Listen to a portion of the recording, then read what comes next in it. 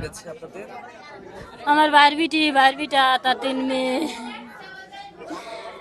মেয়ে, বাইকুতে মারছে।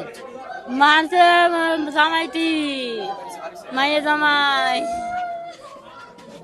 মেয়ের জামাই কে? মেয়ের জামাই কে একটু বলেন তো, কারা বেড়েছে? মারছে আমার জামাই, আমার বারবিটারে তার মাইয়েকে, ওই মাইয়ের কে বাপের মতে মারছে, বাপেতে মাইরে বাড়ি ফোন দিয়ে কইছে।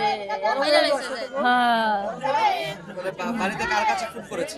ফোন করেছিল আর বাইদারে, ওই যে মায়ের ভাইয়ের কাছে মারছে, ফোন দিছে, কয় আমার সব শেষ হয়ে গেল, আমি সব শেষ হয়ে গেছে, আমি চলে যাচ্ছি, আমার এতটা ভাবি না।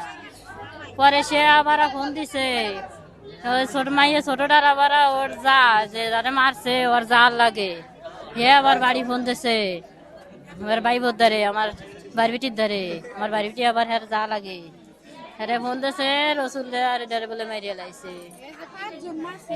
যাকে ফোন করেছে তার নাম কি? ফোন করছে মিশকাত।